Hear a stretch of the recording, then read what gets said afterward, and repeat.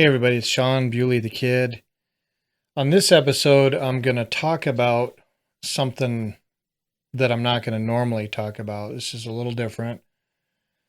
But this has to do with kind of how things are in my neighborhood and home defense and guns.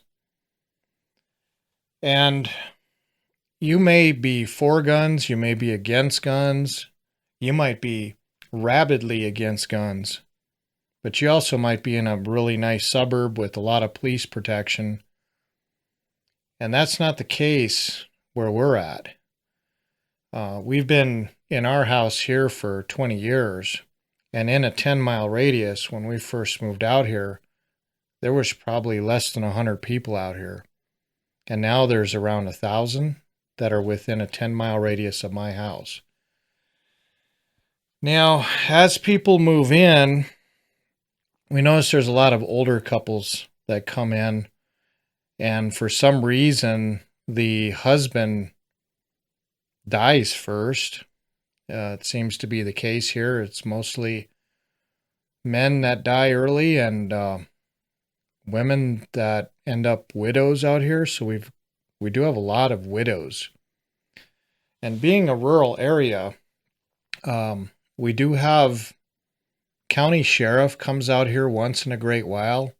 I probably see a sheriff vehicle out here maybe once every 6 months, maybe once every 4 months. I'm not sure. But my wife and I were EMTs on the fire department for just over 10 years, and we responded to a lot of calls out here, a lot of emergency calls, and very few of them involve firearms. Now, the reason I'm saying that is because everybody out here has guns, and I would venture to say that most people that live out here have more guns than humans in their house. And, the other interesting thing about it is every political party, and we've got Trump Republicans out here, we've got liberal Democrats out here, we've got moderate Democrats, we got independents, we got people that don't trust anybody. And I'm going to tell you guys, even the liberal Democrats that I know, all of them have guns. Every one of them has guns in their house out here. Now, why is that? Well, when we were on the fire department and there would be calls of shots fired or something like that, some kind of major emergency. And being that we were local on the fire department, we were here, we would respond. And I'll tell you what, it was dozens of times we were at the scene of something bad for a half hour or 45 minutes before the very first law enforcement officer showed up. Now, I don't blame them because county sheriffs have limited resources. They have to concentrate more on the bigger towns, but, they usually have one officer out here covering 30 miles of territory, and half the time he's not here because they're doing a shift change and they're heading down to Prescott or whatever to switch out. So I do not blame them, but it is a fact of life here that if somebody comes in your house, breaks in your house, threatens your life, or what have you, there's really no help for you. And that is why the most liberal Democrats all have guns. So we just need to accept that fact right now. I know some of you guys want to eliminate guns altogether, but until you can basically take away man's evil intent, it doesn't matter if you take away all the guns, they're going to find a way to hurt people anyway. So we need to get over that.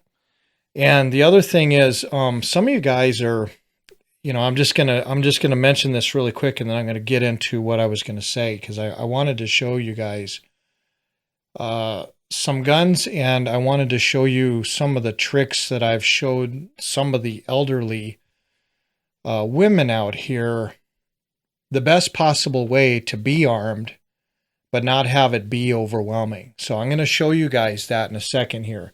But I wanted to make it really clear to you guys. Some of you guys are really against guns like this, that they have a magazine or a clip and they hold quite a few bullets. And you guys are like, these need to be outlawed. Why am I holding this one right here? Well, I'll tell you why. This is a Colt 1911. A lot of you guys think that this stuff, with magazines or clips is a recent thing. We need to take them away. But I'm here to tell you that this pistol right here, was patented in 1902 at first, and then released basically around 1913. This gun was designed and in use more than 100 years ago. So don't tell me that it's a recent thing to have a clip that shoots several rounds. These have been around a very long time. So anyway, now here's the problem we've had. In our neighborhood, we get these older couples wanting to come out here and live in the sticks and retire, and they try to build their dream. But I would say I've lost more than 30 neighbors, and they were men. We've lost one woman in 20 years. One neighbor woman passed away in 20 years, and she was just a heavy smoker. She was one of them that we get 3 feet of snow, and she's got to go get her cigarettes, and she's got to buy them out at the reservation by the Colorado River because they're cheaper, So that's kind of what kind of smoker she was. But the rest of the guys just died of heart attacks and all these other things. So I'm not sure why, in general, men don't live as long as women, but out here it's really a fact. So what happens when the husband dies? Well, we end up with a lot of widows out here. And, all of a sudden they go from being with someone in their home to being completely alone. Now, I would say half of the widows, they leave. I highly encourage a lot of them to leave because it's a hard life out here and they can't do everything by themselves. And it's kind of dangerous to be alone because if you fall, nobody's going to find you for a long time. We've had some instances of that. So half of them leave and half of them are stubborn as nails in a railroad tie. I mean, they just want to stay out here. So what do you do? Now, everybody out here has guns, and I would say every household has pistols, and most households have rifles. And this is a very dangerous place if you're a criminal. If you want to break into a home here, I'll give you an example. There's a couple down the road. They are 79 years old. And if you break into their house or if you come in, you're going to be met with the old man and the old lady. They're going to be standing there with ARs. And they're going to blast you. So, I would say that our neighborhood we haven't had a lot of incidences where somebody wants to die just to steal something in somebody's house. So, there are all kinds of different weapons out here. And as far as crime in the last 20 years, I would say most of the shootings that we've had out here were not from people here. We had a couple come up from Phoenix. They had like a weekend place out here. They're not from here. And they were going through a divorce, and he shot and killed her down the road there, and then shot himself and went to the exit past our house here and said that he shot her in self-defense, which is a bunch of bull crap. So we had that, and most of the violence we have comes off of the interstate. We live not too far away from Interstate 40. It runs from LA to somewhere on the East Coast. You guys know where. And we get a certain amount of bad news coming off of that interstate. They're just passing through, but that's the source of most of the problems. And down in our area, we mostly have people that just want to live. They're either retired, they're doing stuff. Some people have horses. So they're not, I would say most of my neighbors are not into guns. When I say into guns, I'm talking about the people that are really proficient at it. They go to the range all the time. They shoot a lot of ammo. They practice a lot. They know their weapons inside and out. I would have to say our neighborhood's full of dusty weapons. And when I say dusty, they don't get cleaned a lot because they sit in the nightstand or whatever. But, it's just a fact of life out here. And, and if you guys, really don't understand a person's need to protect themselves, then you must live in a really, really nice neighborhood, and you must have a good life, and you must be very trusting, because out here we don't have any help. We just have each other.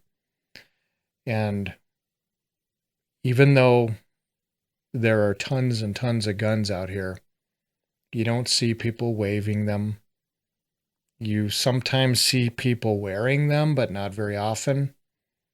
And nobody's meeting out here for their, you guys like to stereotype. Nobody's having meetings and white supremacists and all that kind of stuff. We have a mixed neighborhood. People just want to have the right to protect themselves. So, anyway, and one other thing that did happen in our neighborhood, we do have a Vietnam veteran. He was in the Marines, and we did have a guy come off the interstate. It was a kid, and he came over to that guy's property. This happened just right before we got here, but a little over 20 years ago. And the kid went over, and he just thought he'd target practice at this guy's tree, but the guy's house was in the background. So this Marine, he snuck around behind this guy and put his pistol right against his head, made him undress down to his underwear, and told him, you can get your clothes out at the interstate and your weapon. And so he took his weapon out there. He called the sheriff, and anyway, by the time the guy hiked 6 miles toward the interstate in his underwear, I don't think he wanted to do that ever again. But that happened here. That was a long time ago. So now I'm going to get into what I recommend for the older ladies here, because, I would say a lot of the older people, they don't go to the range all the time. They're not into their gun. It's a tool they hope they never have to use. That's what it is. And I would say that I'm kind of glad some of these ladies have guns, because even I couldn't get there to help them quick enough. A lot of people are spread out for miles, and you don't have a lot of time if you're under threat. So the ladies need something simple, and I'm going to show you what not to do and what to do now. And what not to do is, this is my 45. What not to do is, if they're going to get a gun, or if they're going to have a gun, they don't need something this big. This thing's got a pretty good kick. It's not necessary. I recommend a 22 or a 9mm. Those are usually the most common.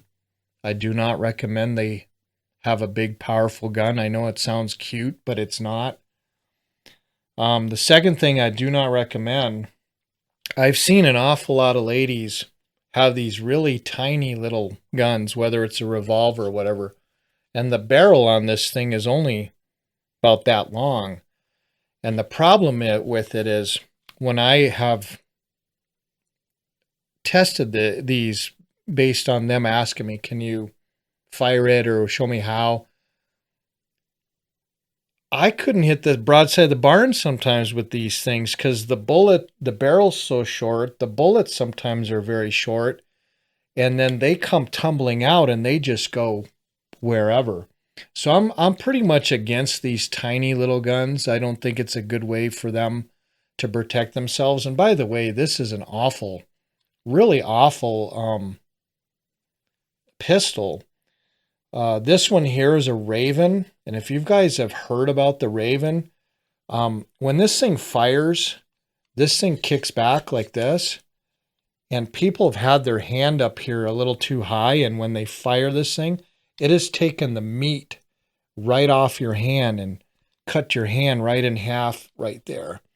So I'm really against people having these. I get a little upset when I see them, because you think, that's cute, Granny can hold that, or your wife can have that. No.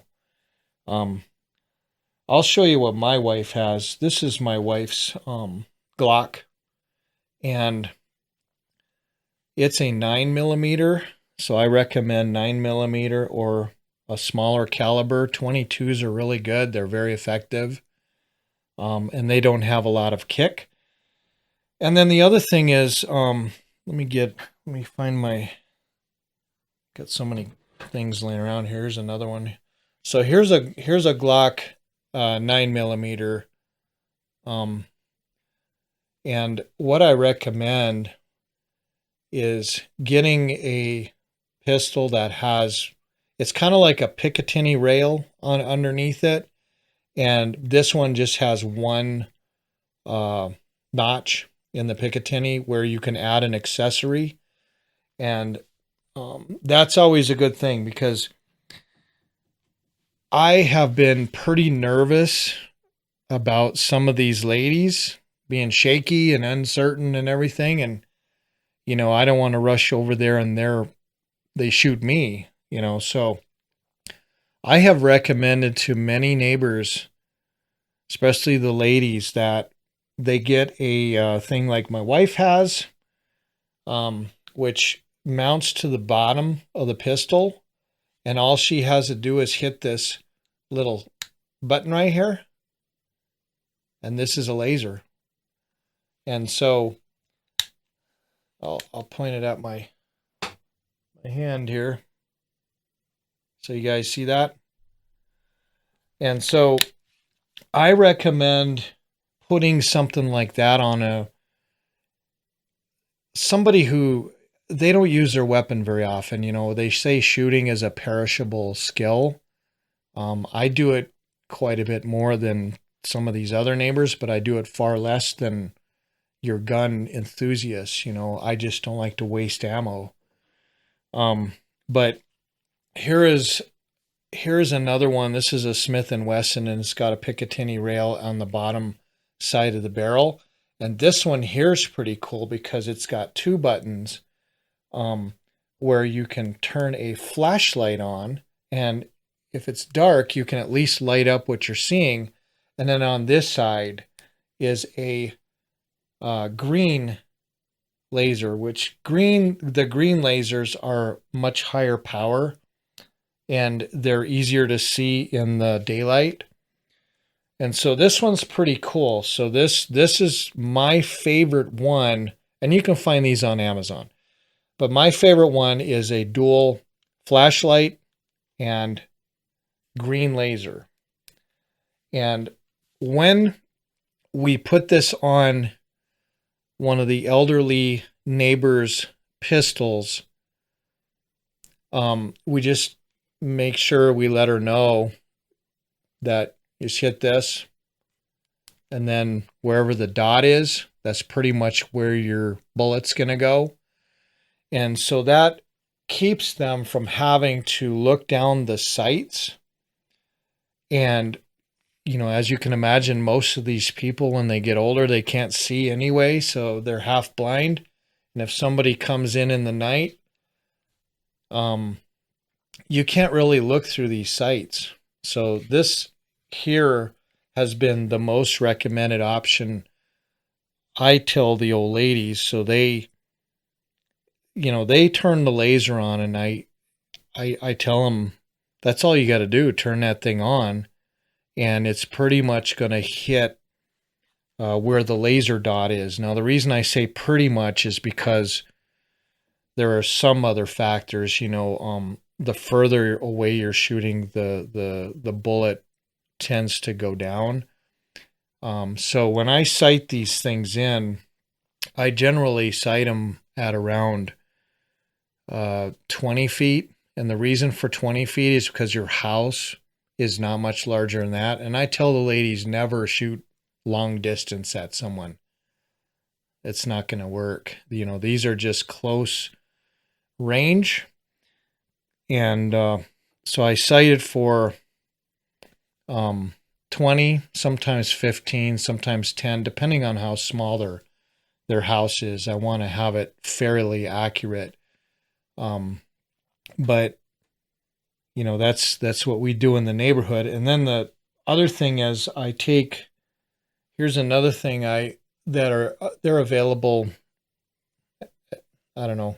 I got this on Amazon, but this here is a 9mm laser. It acts like a bullet or a round.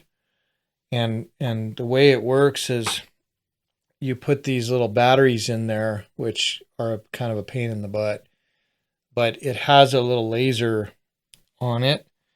And so, for instance, I'll cock this and roll off on the floor.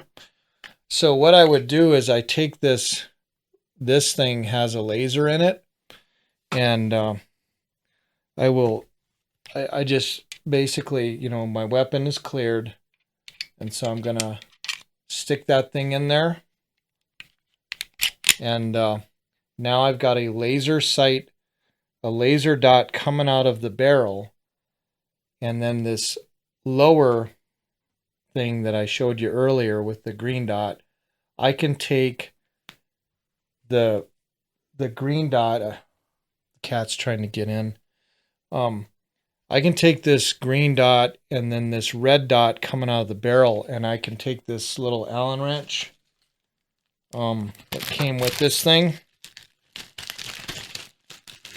because the way you sight this to get this green dot, you know, when I say green dot, I mean this laser to be pointed in the right way as you stick the Allen wrench in this thing, and then and one of these moves the dot up and down, and one moves it left to right.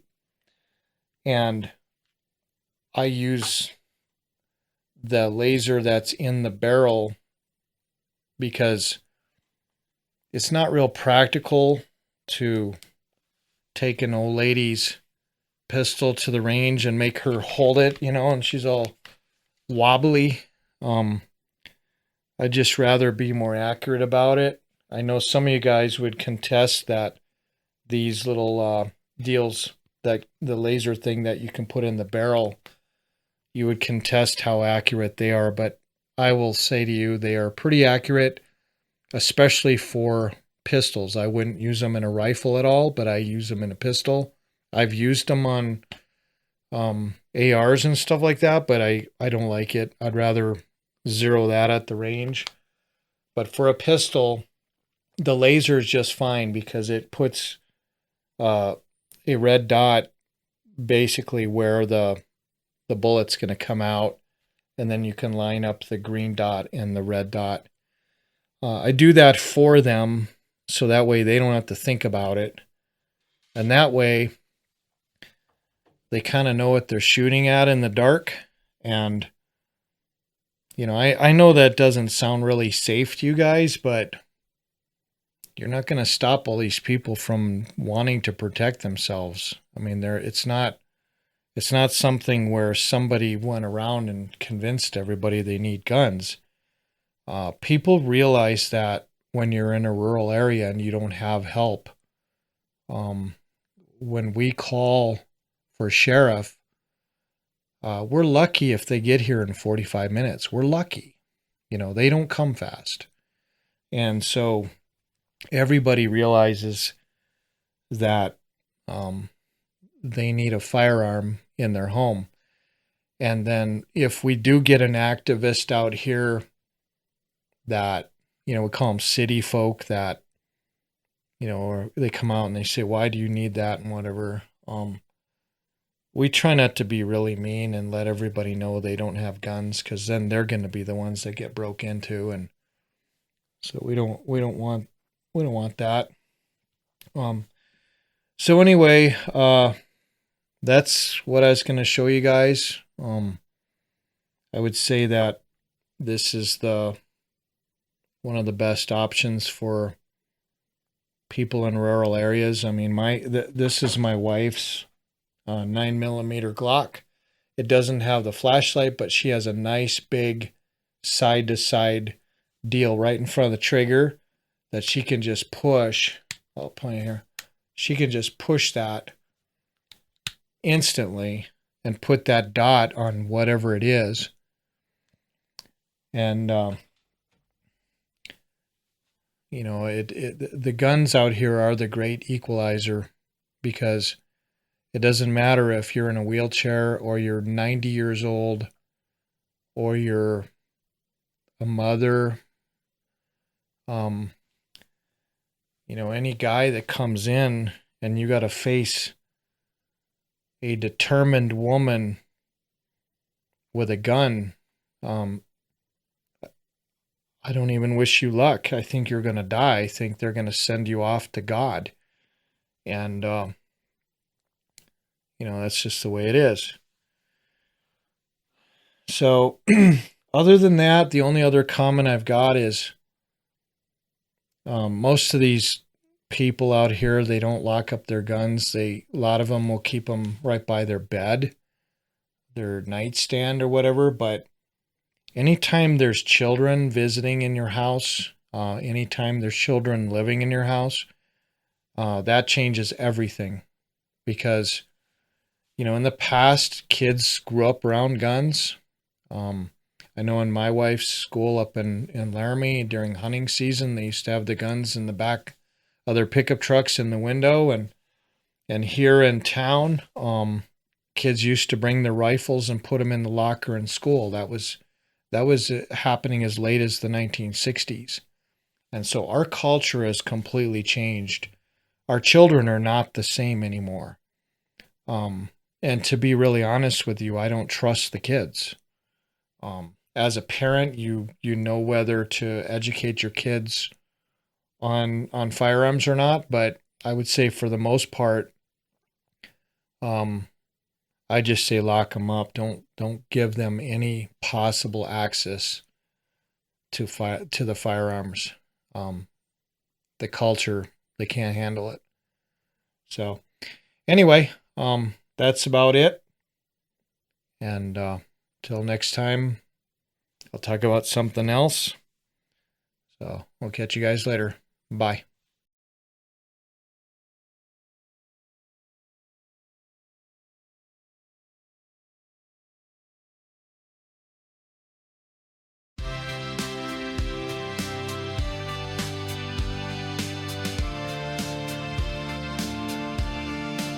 Bewley, the kid.